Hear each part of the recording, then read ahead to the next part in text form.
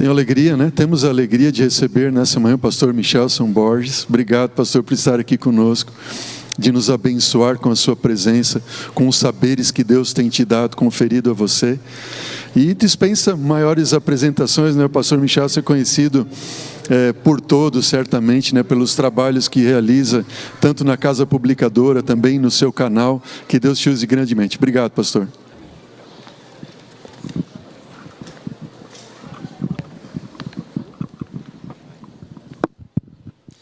Feliz sábado. Irmãos, que alegria estar de volta aqui a este bom lugar. Fazia já alguns anos que a gente não vinha aqui a esta igreja e tenho recordações muito preciosas deste templo, deste púlpito. Alguns certamente se lembram, né, dos momentos que a gente viveu aqui durante a pandemia. Eu pude gravar 2 séries, pelo menos aqui, uma sobre Gênesis e outra sobre Apocalipse, os 2 extremos aí da Bíblia, né, que depois foram exibidas no canal da igreja para muitas pessoas. Algumas vigílias, uma que me marcou muito, eu nunca esqueço, aquela sobre Daniel. Quantos estavam aqui naquela vigília sobre Daniel? 12 horas, né, a noite toda, vários aqui estavam naquela ocasião, foi realmente algo muito especial. Nós começamos às 6 da tarde e fomos até às 6 da manhã. E foi lindo ver a igreja cheia durante as 12 horas. Cada hora estudando um capítulo de Daniel. Lembram? Pregação, oração e louvor. E eu não esqueço, realmente foi muito marcante. E estar aqui de volta, né, com amigos, pastor Flores, né? Obrigado aí pela apresentação, pelo carinho, pelo convite. E também pastor Gilson, né? Nós nos propusemos hoje a fazer um estudo sobre as 7 igrejas do Apocalipse. Ele ficou com 2, ele disse que está mais velho, então ele pegou só 2 e eu fiquei com 5 igrejas, né? Então ele deixou a carga maior para mim. Então aqui de manhã ele já falou sobre Filadélfia, eu vou abordar mais algumas igrejas e à tarde, você já sabe, né? Estaremos aqui de volta às 16 horas, foi marcado 16 horas, para a gente continuar nessa, aí será uma mini vigília, né? Das 16 até as 19, estudando ainda as cartas do Apocalipse. As 7 igrejas do Apocalipse e suas mensagens poderosas. O Apocalipse tem muito a nos dizer, obviamente, isso é chover no molhado dizer isso, né? Mas à medida que o tempo do fim se aproxima, a gente vai percebendo como essas mensagens são realmente próprias para o nosso tempo. Aliás, vou já adiantar aqui, vamos ver se... Só clica para mim lá no avançar, eu acho que daí ele destrava e eu prossigo aqui com o... Não fui eu, né? Agora fui eu? Ok. Então veja só, Apocalipse 1:19, logo lá no início do livro, né? Me acompanham aqui também minha esposa, o meu filho Micael e amigos, né? A Thaís e o Dudu, lá de Tatuí. Somos de Tatuí, aliás estamos lá há 26 anos já em Tatuí, trabalhando na Casa Publicadora Brasileira, que é uma bênção, né? Apocalipse 1:19 diz, as que são e as que hão de acontecer. João, escreva as coisas que são e as que hão de acontecer. Num verso a gente já vê aqui o princípio historicista de interpretação profética. Você sabe que existem os preteristas e os futuristas, o nome já é autoexplicativo, né? Preteristas entendem que as profecias, a maior parte delas se cumpriu lá no passado, já foram. Os futuristas, o nome já diz, jogam tudo, praticamente tudo lá para o futuro, distante. Nós, adventistas e boa parte dos protestantes, nos orientamos pela escola de interpretação profética historicista. Ou seja, as coisas que são, do tempo de João, e as que ainda estariam por acontecer, para nós que estamos aqui no século 21, maior parte já cumprida. Mas não faz sentido você jogar para frente ou para trás, quando você estuda, por exemplo, Daniel 2. E você vê que ali há um cumprimento das profecias ao longo da história, começando com o profeta, com o tempo do profeta, a Babilônia, e avançando, você conhece bem o assunto, né? Até a volta de Jesus. 7 cartas não são diferentes, né? As 7 igrejas que são escolhidas a dedo porque tem conteúdos proféticos. Então a profecia apocalíptica tem essa característica. Fazer diferente é forçar a barra e perder o sentido. Então, João, escreva as coisas que são do tempo dele e as que hão de acontecer, as que vão acontecer ainda, né? Bom, aí está o cenário do que veremos hoje. Joguei aí na tela já como um gráfico, nós vamos depois destacar cada uma delas. O pastor Gilson, como eu disse, já tratou da igreja de Filadélfia, ele já foi lá para o futuro, né? Passado para nós, mas futuro para João, que é o período que antecede o fim mesmo, Laodiceia. E eu quero começar com vocês abordando então a igreja de Éfeso, depois Esmirna, e vamos interromper, eu quero que você fique com gostinho de quero mais, interromperemos em Pérgamo. E à tarde eu retomo a partir de Sardes, porque o pastor Gilson escolheu Tiatira, ok? Ou seja, hoje você vai ter um estudo bíblico completo sobre as 7 cartas, as 7 igrejas do Apocalipse, certo? Não perca então a continuidade dessa programação hoje à tarde. E você que está acompanhando pelas redes sociais da igreja, um abraço, é um prazer poder falar para você também. Esteja conosco depois na continuação dessa programação. Aí está então a localização geográfica. Minha família e eu tivemos o privilégio aí de guiar um grupo de 70 pessoas recentemente lá pela Turquia e pela Grécia. Foi uma viagem cultural e religiosa. Nossa proposta foi visitar os locais por onde Paulo passou e também algumas das 7 igrejas do Apocalipse, pelo menos aquelas localidades em que ainda há ruínas e local para visitar. Então eu vou mostrar fotos, alguns vídeos dessa viagem recente para vocês também viajarem um pouquinho com a gente. E é realmente impressionante como a Bíblia ela cria vida, né? E como a gente tem uma noção mais precisa dos desafios, das lutas pelas quais os primeiros cristãos passaram, especialmente o apóstolo Paulo. Nós estávamos em um ônibus, 2 ônibus na verdade, com ar-condicionado, e as distâncias já eram longas. Alguns trechos foram bem cansativos. E eu dizia para o grupo o tempo todo, não se esqueçam de Paulo. Ele fez isso aqui a pé. No máximo, talvez um cavalo, né?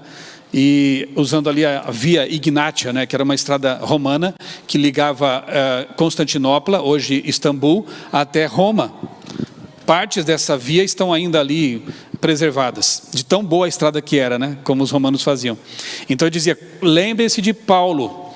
Ele caminhou por aqui, debaixo de sol e às vezes à noite para evitar ser preso, como foi o caso quando ele foi hostilizado em Tessalônica e teve que ir para Bereia. Ele foi à noite e nós andamos por aquele caminho, não é perto.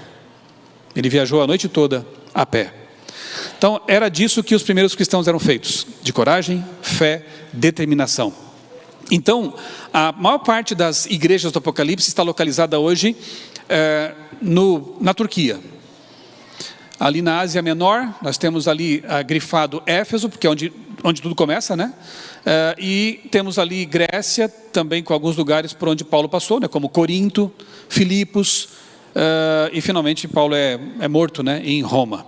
Ele viajou muitos e muitos quilômetros em viagens missionárias emocionantes que você pode acompanhar assistindo à série Atos dos Apóstolos. É muito melhor que uma série. Maratone o livro de Atos, é emocionante. E você se inspira querendo ser um cristão um pouquinho como eles, pelo menos, né? Bem, a gente sabe também que não havia só 7 igrejas no tempo em que João escreveu o Apocalipse. Já começa por aí a curiosidade do porquê são só 7 as igrejas do Apocalipse. Porque nós tínhamos lá, naquela época, Tessalônica, havia um grupo ali de cristãos, em Colossos também, né, os colossenses, em Filipos, os filipenses, né? A carta de Paulo aos Filipenses. Havia uma igreja em Roma também. Igreja, quando a gente fala igreja, não pense em templo, basílica, né? Não era. É o cristianismo inicial, né? Eram grupos, eram pequenos grupos, igrejas que se reuniam nos lares, né? Eram esses os cristãos, mas era uma igreja. Tessalônica, Filipos. Então, por que no Apocalipse Deus orientou João a escrever 7 cartas para aquelas igrejas de Éfeso, Esmirna, Pérgamo, Tiatira, Sardes, Filadélfia e Laodiceia? Você perceberá, já deve ter percebido, porque você estuda a Bíblia, né? Que, claro, há mensagens que eram para aquele tempo, as que são e as que hão de vir. Então, cada carta daquelas tem um conteúdo para aquele momento, porque, óbvio, os cristãos destinatários da carta queriam ser também inspirados, motivados, aconselhados. Era um momento de perseguição, aquelas cartas realmente serviram de conforto para eles. Mas você percebe também que há ali, em cada carta, um conteúdo profético, que atravessa o tempo e que chega até nós aqui no século 21. Essa é a Bíblia, né? é um livro que não ficou parado no tempo, não precisa ser atualizada, porque ela sempre foi e continuará sendo atual. É uma mensagem que fala a todas as gerações, todos os tempos, todas as pessoas, todas as mentalidades. E nós encontramos em cada uma dessas igrejas, então, um conteúdo para nós e para o tempo em que foi escrita. Começando então por Éfeso, e você também vai perceber por que eu intitulei esse sermão da pureza à perversão. Infelizmente a coisa vai sendo deteriorada com o tempo, mas depois há uma restauração, né? Deus acompanha todo esse processo, mas começa com a pureza, o evangelho puro, a mensagem dada por Jesus e preservada pelos apóstolos no livro sagrado e pela vida deles. Então vai do ano 31, ou seja, com a morte de Cristo, e avança até a morte de João, vamos colocar assim, num período, claro que essas datas não são assim tão precisas, né? É um período de tempo. Nós podemos colocar então até 100, mais ou menos ali, quando João, o último dos apóstolos, aquele que morreu já bem idoso, ao contrário dos demais que foram martirizados, que morreram assassinados, né, pela perseguição romana. João foi o último ícone, bastião, defensor da verdade legada por Jesus. Ele escreve seu evangelho por último, justamente para impedir um mal que estava já rondando, né, a vida dos cristãos, rondando as comunidades, heresias que estavam se levantando ali, porque o diabo nunca deixou essa igreja em paz e nunca deixará. Então nós temos uma época de pureza. Éfeso, e nós estivemos lá, vou mostrar depois fotos para vocês, ainda hoje as ruínas impressionam. Era uma grande cidade, tem um gigantesco anfiteatro ali, que foi escavado pelos arqueólogos. Calcula-se que ela devia ter mais ou menos 250 mil habitantes. Ali estava o templo de Ártemis, ou Artemis, né? E também a famosa Diana dos Efésios. Quando Paulo esteve por lá, ele foi hostilizado, né? Porque a pregação dele ia acabar com o comércio local, que até hoje existe lá, interessante, né? Eu comprei, confesso a vocês, uma estatuazinha de Diana, para mostrar na escola sabatina, para as crianças e tudo mais. Naquela época era um culto pagão. Eles vendiam esses ídolos porque as pessoas em casa se prostravam, ofereciam ofertas, oferendas para esses ídolos que apontavam para divindades pagãs greco-romanas. Então ali ficava o templo de Ártemis, né? E Paulo, imagina Paulo pregando num local como esse. Se você acha que é difícil pregar em São Paulo hoje, não estou dizendo que seja fácil, mas pense como seria pregar num ambiente totalmente hostil, pagão, que não queria ouvir sobre um Deus que não fosse o deles, Zeus e outros do panteão grego e romano, né? Não foi fácil. E muitas vezes Paulo estava sozinho nessa missão, né? Bem, vamos então ler o texto. Abra sua Bíblia em Apocalipse e vamos ficar ali até o fim. Apocalipse capítulo 2. Vamos ler aqui os versos que correspondem ao período de Éfeso, de 1 a 7. Apocalipse 2, 1 a 7. Você que está em casa também acompanhando aí a transmissão, ou que vai assistir a gravação, se tem uma Bíblia aí ao alcance, abra conosco, ou acesse, né, a sua Bíblia em algum dispositivo. Apocalipse 2, versos 1 a 7, lemos assim: Ao anjo da igreja em Éfeso, escreva: essas coisas diz aquele que conserva na mão direita as 7 estrelas, que anda no meio dos 7 candelabros de ouro, que são as próprias 7 igrejas, né? Conheço as obras que você realiza, tanto o seu esforço como a sua perseverança. Sei que você não pode suportar os maus e que pôs à prova os que se declaram apóstolos e não são, e descobriu que são mentirosos. Você tem perseverança e suportou provas por causa do meu nome, sem esmorecer, sem fraquejar. Tenho, porém, contra você o seguinte: você abandonou o seu primeiro amor. Lembre-se, pois, de onde você caiu. Arrependa-se e volte à prática das primeiras obras. Se você não se arrepender, virei até você e tirarei o seu candelabro do lugar dele. Mas você tem a seu favor o fato de que odeia as obras dos nicolaítas, as quais eu também odeio. Devia ser uma coisa muito séria e muito grave isso aqui, né? Se Deus odiava isso. Note que Deus sempre odeia a obra, o que é feito, não o que faz. Deus ama o pecador, mas odeia o pecado, porque o pecado machuca o pecador. Então aqui Deus diz, olha, eu também odeio essa obra dos nicolaítas. Quem tem ouvidos, ouça o que o Espírito diz às igrejas. Ao vencedor darei o direito de se alimentar da árvore da vida, que se encontra no paraíso de Deus. Amém? Eu quero que, por favor, você também vá captando os recadinhos de Deus dados nos textos. Porque, vamos assim, num sentido mais homilético, né, mais de aplicação, entender que, por exemplo, quem sabe aqui na igreja, hoje, nesta manhã, haja alguém que esteja se sentindo longe de Deus. Eu fui à igreja hoje mais para dar uma chance para Deus, quem sabe, mais por qualquer outro motivo, mas eu me sinto fraco, eu me sinto distante de Deus, eu estou frio na fé. Viu que recado Deus deu para você no texto que eu acabei de ler? Não abandone o seu primeiro amor. O que é o primeiro amor? Aquele momento da sua vida em que você se apaixonou por Jesus, que você teve aquele encontro pessoal com Jesus. Eu passei por isso na minha juventude, quando me converti. Foi uma fase tão bonita na minha vida, encontrar essa verdade libertadora, maravilhosa, conhecer Jesus de verdade. Mas o tempo vai passando e muitas vezes a rotina vai atrapalhando a nossa fé, convenhamos. Coisas para resolver, contas a pagar, lutas para travar, e a gente acaba deixando muitas vezes a religião mais para o fim de semana apenas. Não é isso, não tem que ser assim, não deve ser assim. A religião tem que nos acompanhar o tempo todo, Jesus tem que ser o centro de nossa vida. E a mensagem para você, uma aplicação assim mais homilética, como eu disse, aqui de Éfeso volta ao primeiro amor. Mas como é que eu faço isso, pastor? Leia a Bíblia com o seu coração aberto, ore mais do que você tem feito, frequente os cultos, dê um estudo bíblico e veja como a sua vida vai mudar. Envolva-se na missão e o primeiro amor vai voltar. É o que Deus quer operar em você. Então, é maravilhoso perceber que cada uma dessas mensagens tem uma aplicação local para a comunidade que recebeu, tem uma aplicação profética para o futuro, portanto, e uma aplicação pessoal. Tente identificar os recados que Deus vai entregando para você ao longo que vamos ler, à medida que vamos lendo o texto aqui. Então, algumas coisas destacam, né, nessas cartas. Duas são comuns a todas as cartas. Primeiro, Deus fala, eu conheço tuas obras. Ou seja, o Deus onisciente está dizendo assim, eu sei quem é você. Eu sei onde você mora, eu sei o que você pensa, eu sei o que você está enfrentando, as lutas que você vive. Eu conheço você. Eu conheço as tuas obras.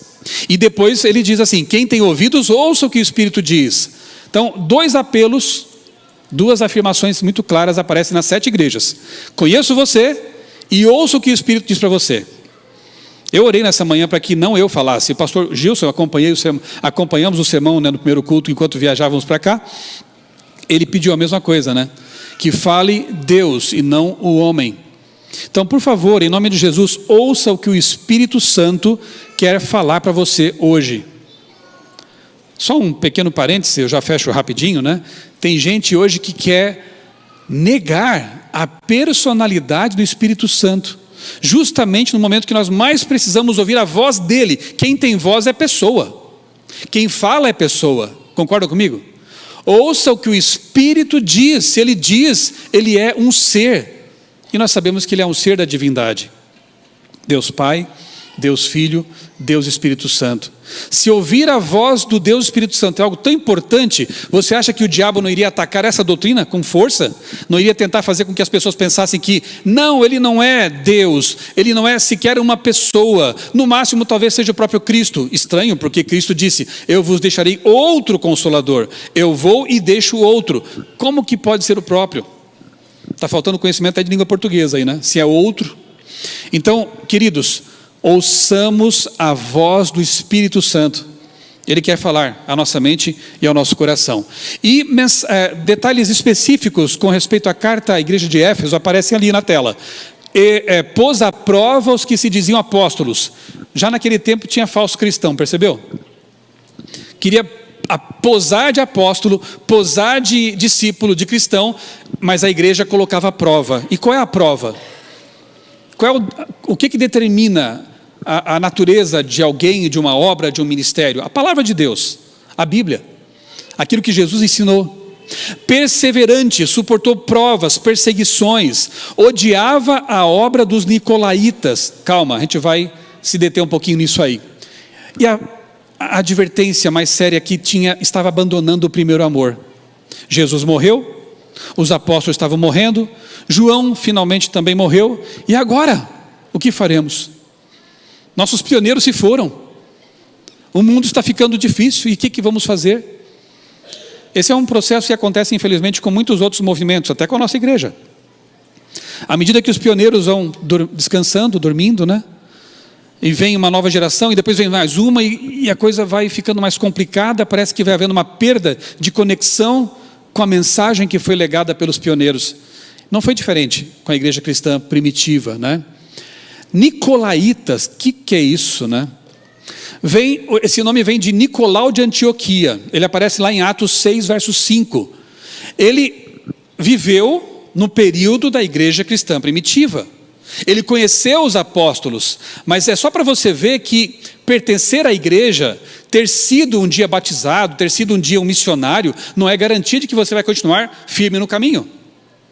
Por que a Bíblia diz que o coração do homem é enganoso? Nicolau se tornou um herege, olha que tristeza. Ele que havia andado com os discípulos. Nicolau, ele admitia práticas pagãs para evitar problemas. Enquanto alguns cristãos morriam por causa de sua fé, Nicolau queria acomodar as coisas. Não, vamos dar um jeitinho, quem sabe dá para aceitar isso aqui, acomodar aquilo lá. Olha que complicado, né? Será que existe isso ainda hoje? Cristãos, líderes, pessoas que querem acomodar, cede um pouquinho aqui, um pouquinho ali para agradar. É o Nicolau. Né? Dr. Jacques Ducan, no livro Segredos do Apocalipse, nós temos esse livro agora lançado pela CPB, muito bom. Ele diz assim, que os nicolaítas eram, segundo os pais da igreja, famosos por sua depravação, uma distorção da nova postura de Paulo sobre a graça e a lei os havia levado a rejeitar todos os princípios da Torá. Ou seja, eles pegavam o que Paulo falava sobre a graça para dizer assim, olha, já que a graça cobre todos os nossos pecados, não tem problema pecar. É a tal que hoje a gente chama de hipergraça. Já viram isso? A graça, ela é usada para justificar todas as posturas, todos os tipos de pecados, e Deus tem que me aceitar como eu sou, e está tudo certo. Sim, Deus te recebe como você é, mas quer transformar você à imagem e semelhança dele. Deus recebe você do jeito que você está, mas não quer que você permaneça assim, porque Ele quer que você seja santificado, seja transformado. Eu também não te condeno, mas vá e tenha uma vida de santidade, não peque mais.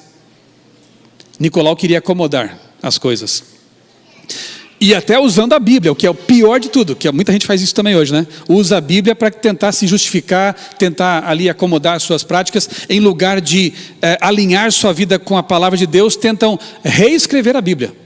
Não é bem assim.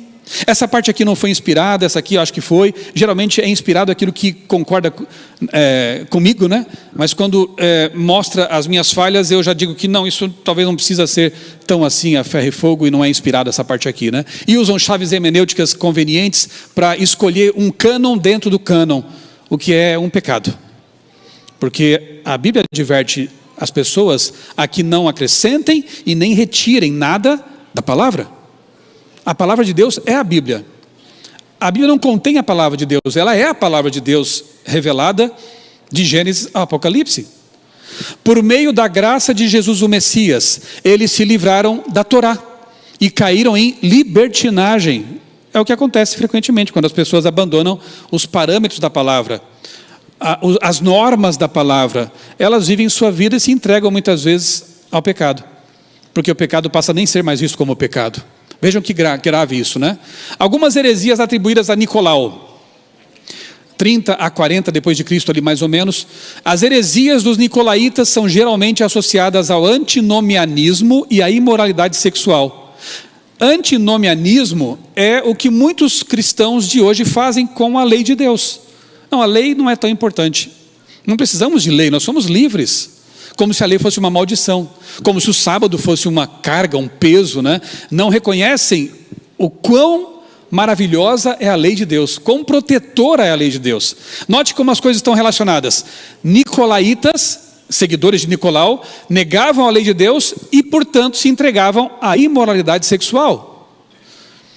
Práticas imorais. Os nicolaítas são frequentemente descritos como praticantes da imoralidade sexual. Eles defendiam uma liberdade moral que permitia o envolvimento em práticas sexuais que eram condenadas pelo cristianismo ortodoxo. Pela palavra de Deus, portanto. No que diz respeito ao sincretismo religioso, os nicolaítas teriam promovido um sincretismo entre o cristianismo e práticas pagãs, diluindo a pureza da fé cristã e justificando a participação em rituais e comportamentos pagãos. Entendeu por que Deus odiava as obras dos nicolaítas? Porque elas tinham o potencial de acabar com a igreja cristã. Porque elas tinham o potencial de acabar com o que Jesus e os discípulos tinham feito. Óbvio que não ia acabar porque a obra e a igreja pertencem a Deus. Foi estabelecida por Jesus, mas estava causando grandes problemas e criando grandes estragos na igreja. O elogio é que vocês estão resistindo a essas ondas, mas cuidado, alguns já estão tolerando a obra dos nicolaítas. Será que hoje tem acontecido isso com as igrejas? O que vocês acham? Os nicolaítas simbolizam a corrupção interna e a ameaça de comprometer a fé cristã por meio da mistura com práticas mundanas e pagãs. A condenação deles no Apocalipse serve como alerta para a igreja contra o perigo de se afastar dos ensinamentos apostólicos e ceder às pressões culturais externas. Isso é algo muito grave, muito perigoso, que ronda também os nossos arraiais, como se dizia antigamente, né? Para se acomodar à cultura, são feitas algumas concessões aqui, outras ali, e a igreja vai perdendo a sua força, vai diluindo a sua mensagem. Interessante porque os nicolaítas, eles voltam na igreja de Pérgamo. É um símbolo, né? Nicolau já tinha morrido, fazia tempo lá no tempo de Pérgamo, mas esse símbolo volta. Por quê? Porque aquilo que foi resistido em Éfeso foi abraçado em Pérgamo. E aí você já entende o título do meu sermão: da pureza à perversão. Sim, vai chegar uma fase da igreja cristã em que as coisas desandam para valer. Vamos avançar aqui, na linha do tempo. Sim, tem sempre uma promessa para o vencedor, né? E olha que interessante o que diz aqui: ao vencedor darei o direito de se alimentar da árvore da vida, que se encontra no paraíso de Deus. Eu acho isso muito interessante. Pelo menos a leitura que eu fiz foi a seguinte: onde aparece a árvore da vida pela primeira vez na Bíblia? Onde? Naquele trecho que é alegórico, né? Naquele trecho que é mitológico. É assim que você crê? Eu não. Para mim, Gênesis é histórico. E por isso eu creio no que diz Apocalipse, que no fim da história, nós vamos ter acesso à árvore da vida, que é esse instrumento de imortalidade que Deus vai nos conferir pelo fruto da árvore da vida. Se a árvore de Gênesis é mitológica, por que eu vou crer que a árvore de Apocalipse vai ser literal, real? Então eu vejo aqui em Apocalipse 2,7 um convite de Deus a nós continuarmos crendo que a palavra de Deus, que o relato da criação, Gênesis 1, 2, 3 até 11, trata-se de um relato histórico, factual. Não é mito, não é alegoria como o diabo quer fazer parecer. Porque se aquilo lá é um mito, perde o sentido da guarda do sábado, por exemplo. O casamento heteromonogâmico não tem mais sentido também. Tudo aquilo que está na base da cosmovisão judaico-cristã é detonado. O diabo não precisa mais queimar Bíblias. O diabo não precisa mais matar tradutores da Bíblia. Isso é algo do passado, é algo meio sujo e feio. Hoje tem que ser uma atitude mais perfumada, mais chique. Basta ele ensinar, até por meio de teólogos, que não, Adão e Eva não existiram. Não, essa questão da cobra falante e do fruto, isso é mito, né? Tem que entender que, na verdade, são histórias que os hebreus inventaram. Aí, aquilo que eu já mencionei perde sentido. A história do pecado perde seu sentido. A morte existe por quê? Deus quis? Não foi resultado do pecado? Percebe as consequências? Jesus veio fazer o que na cruz? Morrer por um pecado que não existe, porque é um mito aquilo tudo. Ele veio então para ser um revolucionário, como alguns querem. Desfiguram a própria missão de Cristo. Você percebe as consequências? Então, a promessa que nos é feita em Apocalipse 2,7 para Éfeso, lembra que a história é real, que existe uma árvore da vida que foi perdida, mas um dia você vai ter acesso novamente a ela. A alusão à literalidade de Gênesis, especialmente os capítulos 1 a 3, está ali na promessa. E aqui algumas fotos para vocês verem como as ruínas de Éfeso são ainda hoje impressionantes. Aqui, veja como as estradas ainda existem, apesar de muitos terremotos ao longo da história. São séculos e milênios de intervalo de lá até aqui, né? Mas vejam como as ruas eram bem pavimentadas com blocos de pedra e mármore por todo lado. Devia ser lindíssima essa cidade. Muito tentadora em muitos aspectos. Era uma cidade portuária. Hoje o mar está a uns 15 quilômetros, mas na época ele chegava bem perto. E toda a cidade portuária era complicada, né? Idolátrica, cheia de pecados. Ali atrás, aquela construção bonita, ficava a biblioteca de Éfeso. Havia muitos volumes ali. E, irmãos, foi emocionante pregar nesse local. Ali onde eu estou pregando, próximo ficava a Ágora de Éfeso, a praça principal. Paulo esteve ali. Então pensem, né? Depois de tantos séculos, poder pregar a Bíblia. Nesse local a gente podia, alguns não podíamos, porque é um país muçulmano. Então, a Turquia é um país muçulmano, mas um pouco mais aberto. Mas em alguns lugares havia guardas observando e a gente entendia que não era tão apropriado, então usávamos o celular ou a própria memória. Viu como é bom ter a Bíblia na memória? Né? Poder citar a palavra de Deus. Bem, é um local especial e nos dá uma certa dimensão das dificuldades, lutas pelas quais Paulo, João também, segundo a tradição, ele viveu em Éfeso até o fim de sua vida e foi sepultado ali em Éfeso, segundo a tradição, pelo menos, né? Lá atrás, de mochila, está a nossa guia turca e muçulmana. Depois quero contar algumas coisinhas para vocês sobre a nossas conversas com ela. Se eu esquecer, me lembrem. E aqui, uma pequena filmagem, aí a entrada da biblioteca, né, de Éfeso. Ainda hoje, né, como eu disse, chama a atenção. E eu fico imaginando lá no primeiro século, tudo isso assim, novinho em folha, bonito, né, as ruas bem pavimentadas. Paulo andou por ali. Paulo pregou ali. E enfrentou uma cidade pagã, grande e cheia de idolatria, e de pecados, e de imoralidades. Não pense que só você tem enfrentado lutas para pregar o evangelho, né? Bem, vamos a Esmirna. Apocalipse 2, 8 a 11. 2, 8 a 11. Vamos ler aqui. Essas coisas diz o primeiro e o último, que esteve morto e tornou a viver. Eu não resisto, eu vou fazer um comentário sobre esse verso aqui já. É Jesus, não é? Tem certeza que é Jesus? Teve morto e tornou a viver. Aqui ele é chamado de Alfa e Ômega, o primeiro e o último. Satanás odeia Jesus e sempre quis e continua querendo rebaixá-lo. Então há pessoas hoje no meio cristão e até no nosso meio, infelizmente, que pregam uma heresia de que Jesus teria sido criado por Deus o Pai, de que Jesus não seria eterno como o Pai. Só esse verso já destrói essa ideia diabólica. Se ele é o primeiro e é o último, não pode ser o segundo, senão ele seria o beta e não o alfa. Percebeu? Há muitos outros textos que apontam, né, para a eternidade de Cristo, sua divindade plena. A própria Ellen White, no livro Desde Altas Nações, diz que Jesus não tem vida derivada, ele tem vida em si mesmo.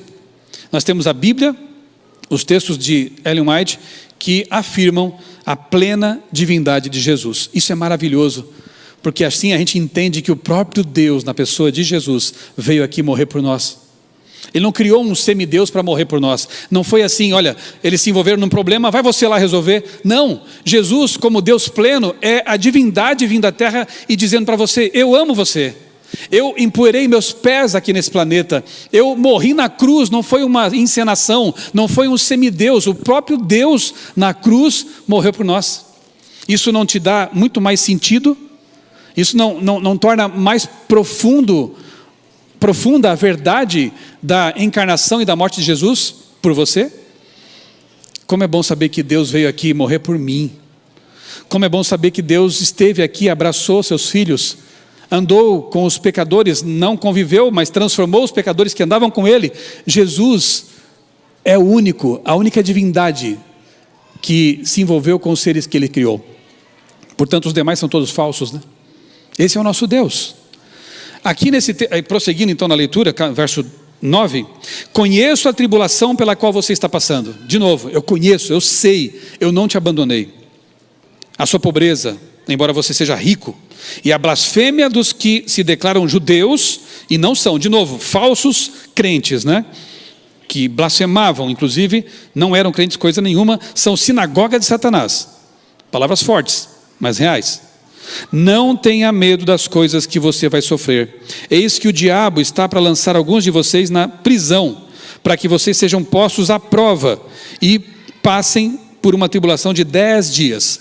Em profecia, um dia equivale a 1 ano. Então nós temos aqui um tempo terrível de 10 anos de perseguição cruenta contra o povo de Deus. Mas ele diz: seja fiel até a morte, e eu lhe darei a coroa da vida. Quem tem ouvidos, ouça o que o Espírito diz às igrejas. O vencedor de modo nenhum sofrerá o dano da segunda morte. Quanta coisa aparece aqui para eles e para nós também, não é verdade? Ainda que a morte esteja parecendo uma realidade em sua vida, seja fiel. Ainda que o mundo desmorone ao seu redor, seja fiel. Confie em Deus. O que aparece aqui logo de cara quando a gente lê esse texto, né? Primeiro, conheço a tribulação pela qual você está passando. Esmirna, essa palavra vem da mesma raiz de mirra. E mirra era um perfume caríssimo obtido pelo esmagamento de uma planta. Para obter o perfume, era preciso esmagar. Então a vida dos cristãos que estavam sendo esmagados nesse período, que vai ali do ano 100, vamos lembrar? Do ano 100 até mais ou menos 313, que é o tempo de perseguição terrível que Diocleciano promoveu contra os cristãos, 10 anos, que foram ali de 303 a 313, eles estavam sendo esmagados, mas eram fiéis. Alguns disseram que o sangue dos mártires era como semente, e eu diria que o esmagamento deles perfumava o mundo, porque muitas pessoas, e você sabe que foram milhares e milhares, foram se convertendo ao perceber que essas pessoas que estavam sendo mortas, queimadas, crucificadas, devoradas nas arenas, morriam louvando a Deus. Morriam felizes por passar por uma provação como aquela, assim como Jesus morreu por elas também, havia morrido por elas. Então, essa fidelidade toda convertia muita gente. Sabe aquela coisa de que as palavras convencem, mas o exemplo arrasta? Eles tinham ambas as coisas. Tinham palavras que convenciam e um exemplo que arrastava. Um exemplo que convertia os demais. O diabo tentou matar os cristãos, acabar com a igreja. Não deu certo. O diabo tentou acabar com a Bíblia, tentou acabar com os tradutores. Não deu certo. Hoje ele usa métodos mais sutis, mas também não vão dar certo, porque a igreja de Deus vai triunfar. As portas do inferno não prevalecerão contra ela, é a promessa de Deus. Quem tem ouvidos, ouça o que o Espírito diz às igrejas. Alguns foram lançados na prisão, como aconteceu especialmente nesse período de 303 a 313. Quem não adorava o imperador, porque o imperador se achava um deus, quem se recusasse a isso, podia perder o emprego ou até a vida. E hoje nós temos também algumas coisas semelhantes, né? Desvios, alguns que adoram talvez coisas e posses. Toda e qualquer forma de idolatria é um perigo para a vida espiritual. E naquele tempo era muito mais, porque você podia perder a sua vida. Já pensou se acontecesse isso com você? Mais ou menos como aconteceu com aqueles jovens lá na planície de Dura, em Babilônia. Prostrem-se diante da imagem. Não. A lei de Deus manda adorar unicamente a Deus. Adore o imperador. Talvez alguém pudesse pensar: tá, eu vou até adorar aqui, mas eu sei que ele não é nada, só para não ter problema para mim. Mas e onde é que está a sua declaração de fé pública? O seu amor por Jesus e por Deus? Muitos se recusaram a fazer isso e foram mortos por causa disso. Hoje tem gente que quebra qualquer mandamento facilmente, né? Hoje para alguns, o sábado não tem sentido, não quero saber de guardar esse mandamento. Eles, por não quererem quebrar o segundo mandamento, morreram. Hoje alguns não conseguem nem resistir, talvez, eu vou perder uma matéria na faculdade. Mas o que tem? E o seu testemunho diante dos colegas e dos professores, que vai perdurar por anos, a sua fidelidade. Você acha que o Criador do universo vai desamparar você? Mas eu vou perder emprego. Deus é o dono dos metais, do ouro, da prata desse mundo. Ele não vai desamparar um filho que seja fiel. Deus não seria capaz de colocar você numa prova e depois ele se retirar e dizer: agora enfrente isso sozinho. Não, Deus não faz isso. Tive tantas experiências nesse sentido em minha vida, quando universitário, por exemplo, de um Deus que foi fiel. O crisol foi difícil? Foi. Não, ninguém disse que ia ser fácil ser cristão nesse mundo. Se está fácil, tem algo errado. Mas Deus promete passar pelo vale da sombra da morte com a gente, de mão dada. E isso é o que importa, não é? tribulação de 10 dias, já expliquei. Ser fiel até a morte, eu lhe darei a coroa da vida. Como essa promessa era preciosa para quem estava perdendo a vida. Você percebe? Fica firme, porque você vai ter a vida eterna. A primeira morte pode ser que aconteça com você, mas a segunda não. Ao vencedor, de modo nenhum sofrerá o dano da segunda morte. Essa você não vai sofrer, porque eu vou te dar a vida eterna. Que promessa linda para quem estava morrendo, para quem estava perdendo tudo. Fica firme, eu estou com você. E se eventualmente você perder esta vida, você vai ter a vida eterna. Você estará comigo. A primeira morte é passageira, a segunda morte é eterna. Eles não passariam pela segunda morte. Aí está. Hoje não temos mais ruínas de Esmirna. Temos uma grande cidade bonita, que os turcos chamam de Izmir. Então, eu não tenho o que mostrar para vocês, a não ser essa foto da cidade, né? Não tem ruínas. Nós só dormimos na cidade de Esmirna e avançamos para Pérgamo. Ali tem coisa para falar. Pérgamo. Infelizmente, temos coisas para falar sobre esse período, que vai ali de 313 a 538, mais ou menos por ali. Pérgamo era também um centro político, intelectual. Ali havia um altar dedicado a Zeus, a principal divindade dos gregos, que também foi abraçada pelos romanos e depois rebatizada de... qual o nome mesmo que ele recebeu? Júpiter, né? Júpiter. Da pureza de Éfeso, infelizmente, chegamos à perversão de Pérgamo. Pérgamo tem ruínas bem interessantes, ficam no alto de um monte, e interessante porque essa cidade, esse período fala de elevação, de orgulho, de arrogância espiritual, e ficava bem no alto de uma montanha, como vou mostrar para vocês as fotos daqui a pouquinho. Vamos ao texto então. Carta de João à igreja de Pérgamo, está lá em Apocalipse 2, 12 a 17. 12 a 17. Ao anjo da igreja em Pérgamo, escreva: essas coisas diz aquele que tem a espada afiada de 2 gumes. O que é a espada? A palavra. Como espada afiada, né, é comparada à palavra. Na armadura do cristão, a espada é a palavra. Ele tem a palavra sempre é a solução. Conheço o lugar que você mora, que é o lugar onde está o trono de Satanás. Sei que você conserva o meu nome e não negou a fé, ainda era cristão. Que tem em mim, a fé que tem em mim, mesmo nos dias de Antipas, minha testemunha fiel. Antipas, só para vocês terem uma ideia, foi um cristão fiel que se opôs à adoração a Zeus. Então imagina como esse indivíduo viveu, né? Que dificuldade, que perseguição, mas ele foi fiel. O mundo paganizado, alguns cristãos cedendo, e Antipas ficou ali firme contra a adoração pagã. Meu fiel que foi morto na cidade de vocês, aí onde Satanás habita, Pérgamo. Tenho, porém, contra você algumas coisas. Estão aí no meio de vocês os que sustentam a doutrina de Balaão. Lembra de Balaão? Já tinha morrido fazia tempo, né?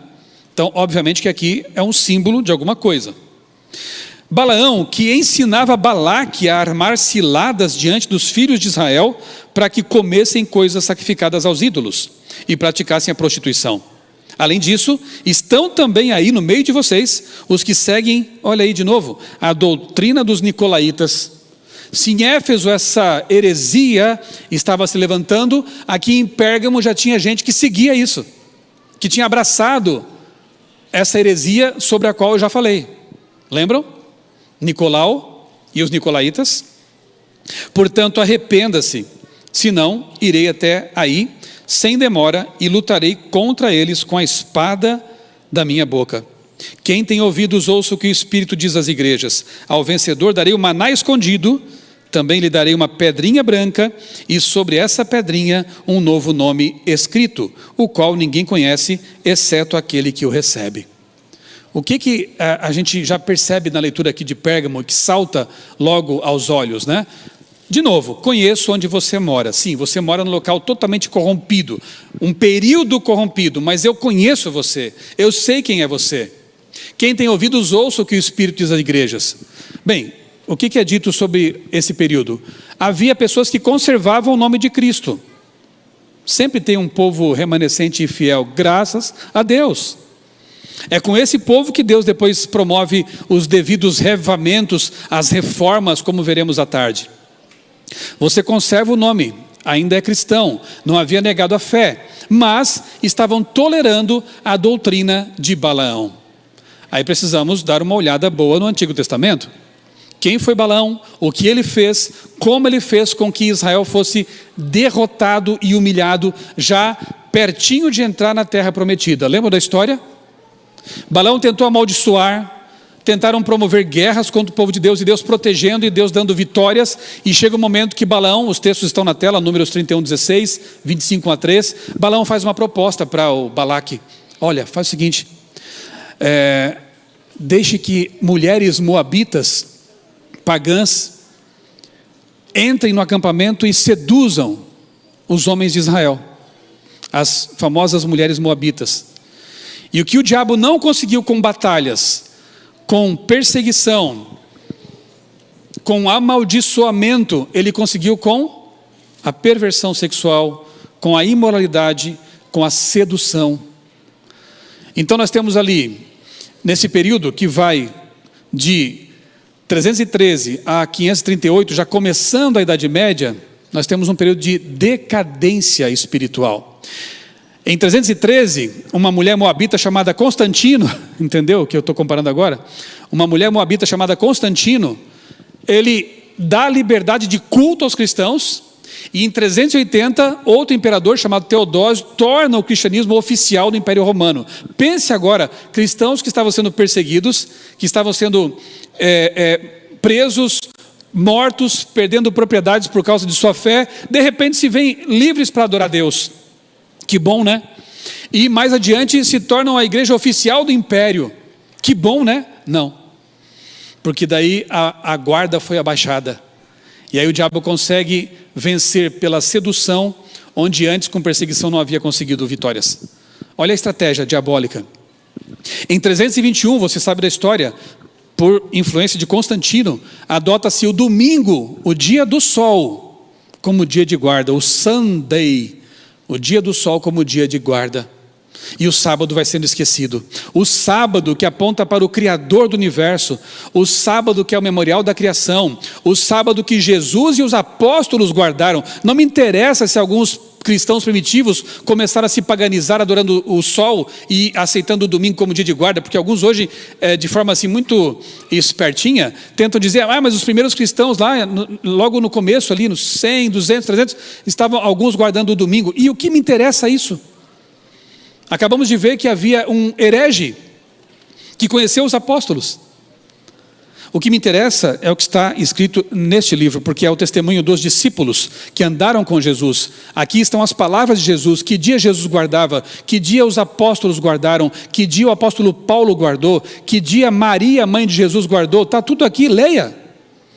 Não me venha com espertezas, como que, mas os primeiros cristãos guardaram isso, ou que fizeram aquilo. Ok, que pena que alguns caíram, mas muitos se mantiveram fiéis. Então, a coisa começa a ficar bem complicada nesse período, porque a igreja vai se paganizando. Vamos ver aqui aqui está uma estátua de Constantino, né? A conversão dele até hoje é discutida, né? Porque aparentemente ele era mais um político esperto que tentava agradar gregos e troianos, apesar de que no fim da vida no fim da vida ele pede o batismo, né? Só que ele foi batizado por um seguidor de Ário. Olha que interessante, né? Se fosse por Constantino, a igreja tinha virado ariana, negando a divindade de Cristo e a trindade. Mas graças à fidelidade de muitos cristãos naquele momento do concílio de Niceia, bispos fiéis, aquilo que a Bíblia ensina ficou preservado. A trindade e Jesus como o Criador, como Deus eterno.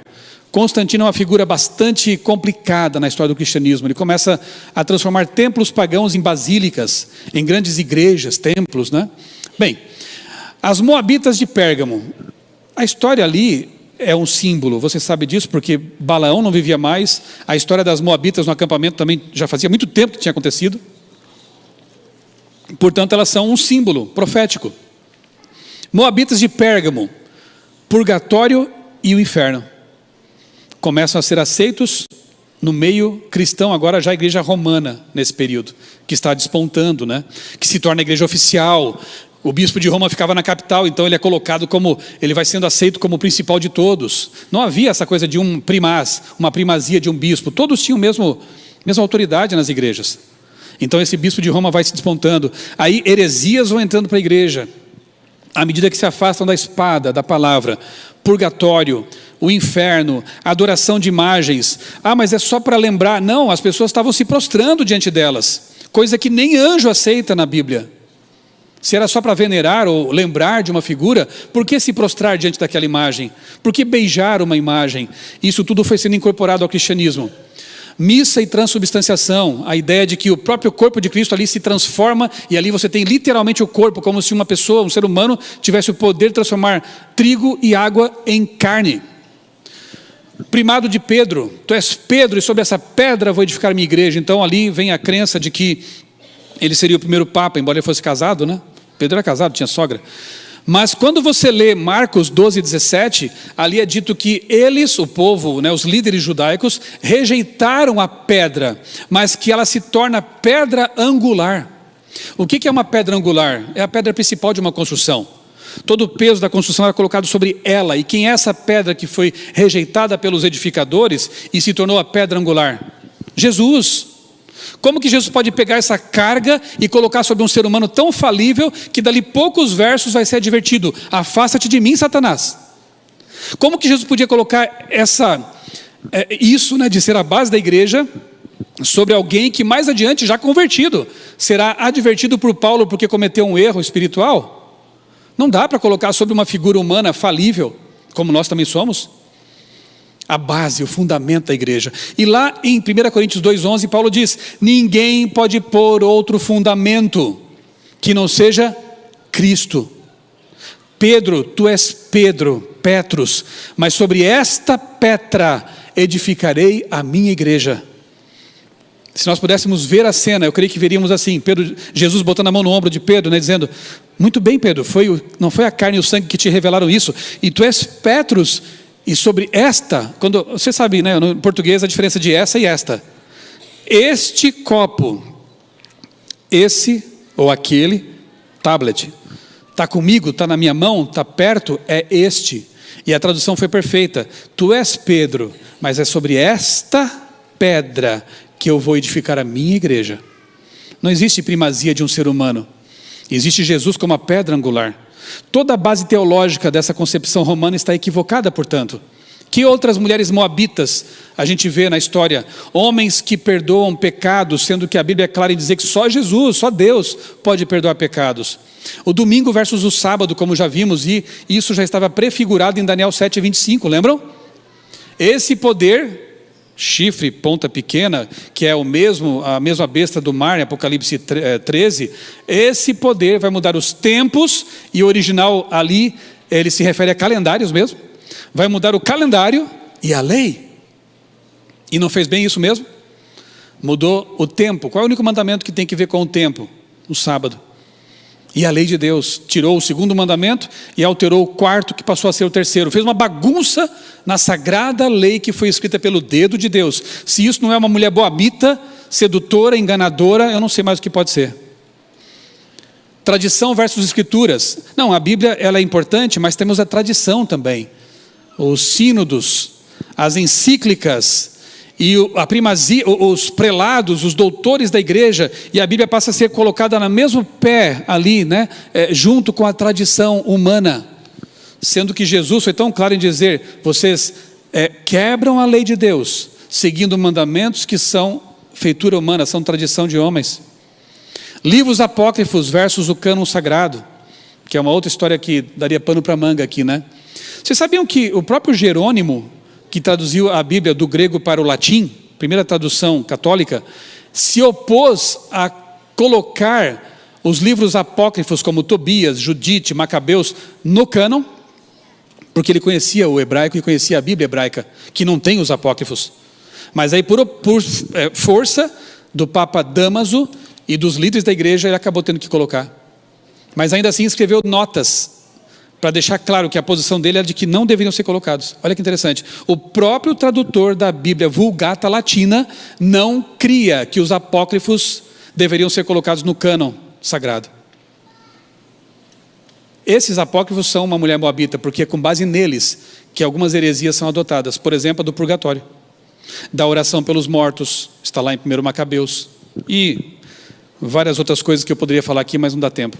Então assistam lá no meu canal, eu postei ontem um vídeo em que eu explico essa questão, né, dos livros apócrifos, diferenças e contradições entre os livros apócrifos e a Bíblia hebraica. Você percebeu como a pureza evangélica, a pureza doutrinária de Éfeso foi dar nisso aqui? Foi um processo ao longo da história. Infelizmente chegamos a um nível de depravação espiritual doutrinária. Mas não se esqueçam, sempre há um povo sincero dentro desses movimentos. Sempre há uma esperança. Até hoje, em qualquer movimento religioso, Deus tem seus filhos. Sai dela, povo meu. Em Babilônia tem filhos de Deus. Então, o que eu estou estudando aqui com vocês é história, é profecia. Não estou falando de pessoas. Pessoas são alvo do amor de Deus e o Espírito Santo está falando com todas elas. E nós veremos muitas conversões ao longo da história. Estamos vendo e veremos mais ainda, né? Aqui algumas imagens, né, de nossa passagem por Niceia. Hoje tem ali uma igreja que foi transformada em mesquita, né? E tem questões bem interessantes envolvidas ali, questões políticas, não só religiosas, mas quem sabe à tarde eu retomo esse ponto aqui, que também é bem interessante. Agora isso aqui eu tenho que falar, irmãos. Eu postei, foi uma das últimas postagens que eu fiz no Twitter antes de ele ser bloqueado. Agora eu estou impedido de pregar para 52 mil pessoas, coisa que eu fazia todos os dias lá no Twitter. É uma pena, né? Vamos orar para que essa situação se resolva, né? Aos poucos a gente vai tendo a voz sendo calada, né? Eu postei isso aqui no dia 21. O protestantismo apostatado, dominionismo, teologia da prosperidade, teologia coach e outros absurdos, está levando muitas pessoas a buscar um cristianismo mais sério, tradicional. Alguns nessa migração estão caindo no colo da besta do mar de Apocalipse 13, e o diabo ri disto. Eu não sei se vocês estão percebendo esse fenômeno que é tão triste, né? As igrejas evangélicas estão numa fase assim de nada de Bíblia, muito de emoção, muito de falsos milagres, uma teologia desfigurada, prosperidade, teologia coach, aqui e agora, não falam mais de volta de Jesus. E uma bagunça em muitos sentidos. Há muitas pessoas sinceras que não estão mais engolindo isso. E elas querem algo sério. E para onde elas têm ido? Para uma igreja que tem tradição, que talvez leve mais a sério as coisas. Não estão olhando para Éfeso, estão olhando para Pérgamo. E onde é que nós entramos nessa história? O que nós estamos fazendo? Nós temos que brilhar mais. Nós temos que pregar mais e convidar as pessoas para adorar a Deus na palavra. A palavra é séria, a palavra traz a revelação, a palavra liberta, a palavra é do período de Éfeso. Você não pode ir para Pérgamo, você tem que ir para Éfeso. Estamos sendo a igreja de Éfeso? Estamos revelando ao mundo um caminho, uma forma de viver a fé séria, comprometida, fiel? As pessoas querem ver isso em nós. E querem ser levadas para algo que faça sentido. A palavra de Deus, vivida por nós. Finalizando. Ao vencedor darei o maná escondido. Também lhe darei uma pedrinha branca. E sobre essa pedrinha um novo nome escrito. Que lindo esse símbolo, né? Porque no Império Romano, quando as pessoas eram julgadas ou acusadas de alguma coisa, e o processo ele se desenrolava e a pessoa era absolvida, era declarada livre, ela ganhava uma pedrinha branca. Você está livre, você não tem mais condenação sobre você, eu vou dar para você uma pedrinha branca, você está livre, você está liberto, mas você precisa comer o maná escondido. O que é o maná? O que representa o maná? Pão, alimento. E o que é o pão da vida? Senão Jesus e a palavra. Então você precisa, para se libertar de Pérgamo, da palavra, do maná. E uma vez que você come esse maná, você está livre, porque a palavra liberta. Você percebeu como há esperança? Precisamos do maná. Precisamos levar mais a sério este livro. Precisamos voltar para Éfeso, irmãos, para esse período maravilhoso, ouvir a voz dos apóstolos, não dos sínodos, ouvir a voz profética dos profetas e não dos prelados, não dos líderes humanos. Precisamos fundamentar nossa vida sobre Jesus, a rocha, a pedra angular, não sobre decretos humanos e doutrinas pervertidas e heresias. Precisamos de Cristo. E uma vez que Ele transforme a nossa vida, que nós sejamos pequenos cristos nesse mundo, atraindo as pessoas para a verdade da palavra. Talvez alguns aqui tenham vivido por algum tempo em Pérgamo, adotado ideias equivocadas, talvez abraçado algumas heresias. Esse é o momento de arrependimento. Senhor, me arranca de Pérgamo. Eu quero viver como os cristãos do tempo de Éfeso, a fé pura. Eu quero pregar essa mensagem. Sabe, quando nós estávamos atravessando da Turquia para a Grécia, aí precisávamos deixar um ônibus e cruzar a fronteira e embarcar no outro ônibus, porque os guias turcos não podiam ir para a Grécia. Aquela mulher que eu mostrei na foto, aquela senhora, ela esteve conosco por 10 dias. O quarteto pode vir, eles têm uma linda música para cantar para o nosso apelo final. Ela permaneceu conosco por 10 dias, e a minha esposa e eu pudemos conversar bastante com ela. Na despedida, minha esposa deu um abraço naquela senhora muçulmana, e disse assim para ela: Jesus te ama muito. Sabe qual foi a resposta dela? Eu não conheço Jesus, mas eu sei que Deus me quer bem. A gente foi com o coração tão apertado, irmãos, porque é tão estranho ouvir isso, né? Eu não conheço Jesus. Num país como o Brasil, que as pessoas se dizem cristãs, pelo menos ouviram falar de Jesus, não quer dizer que todos o sigam. A gente entrou no ônibus chorando, a minha esposa e eu, chorando, coração apertado. E quando eu olhei lá fora, olhei para nossa guia, ela estava chorando também. A gente tem orado por ela, pedindo que Deus impressione o coração dela e revele Jesus para aquela querida guia turca. Eu sei de muçulmanos que estão sonhando com Jesus, e em muitos casos vai ser assim mesmo que o evangelho vai ser pregado. Enfrentamos tantas dificuldades, e passar por aqueles lugares em que Paulo esteve, que ele evangelizou, e hoje são lugares que não tem mais cristianismo, é tão doloroso. Mas eu falei para o grupo: não fiquem tão tristes, porque o cristianismo que foi semeado aqui, ele avançou pela Europa e nos alcançou nas Américas. Hoje nós somos frutos do que Paulo fez, do que João fez, do que Jesus fez. Nós somos herdeiros dessa história maravilhosa. Mas agora nós temos que brilhar por Jesus. Há muita gente que não conhece Jesus, e isso dói no coração, porque eu queria tanto que eles conhecessem o Salvador. Como a minha vida foi transformada por conhecer Jesus. Eu quero que os outros também experimentem isso.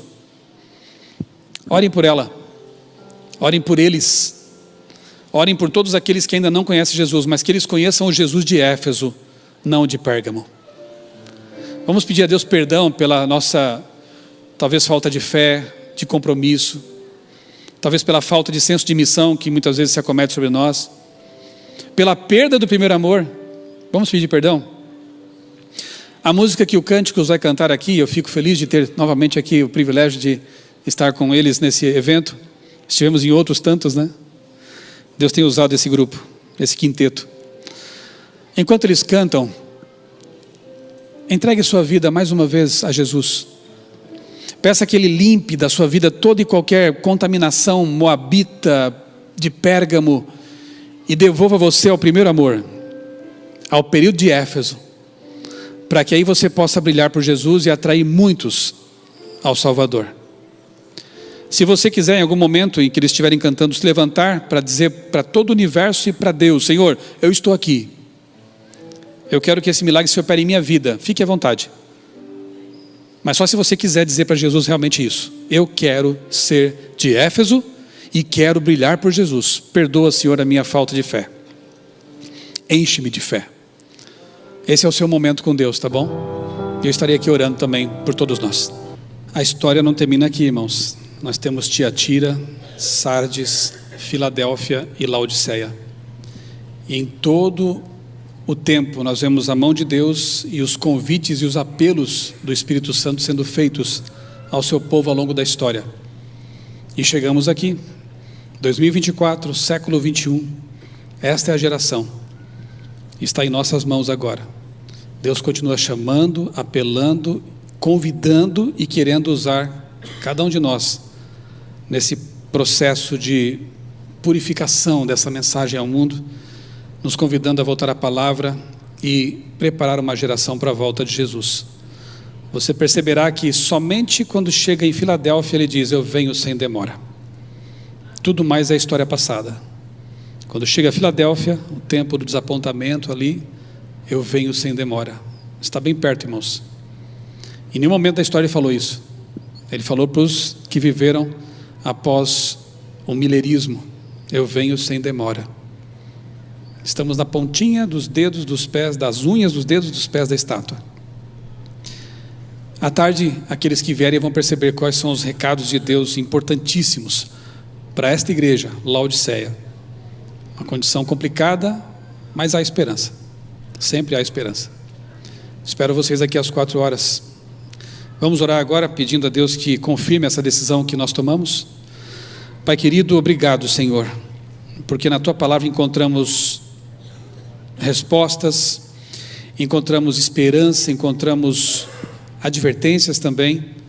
E nesta manhã nós entendemos que precisamos voltar a Éfeso, abandonar Pérgamo, toda e qualquer ideia pagã, heresia antibíblica, conceitos equivocados. Precisamos ler mais a Tua palavra. Precisamos da espada, do maná que alimenta de verdade.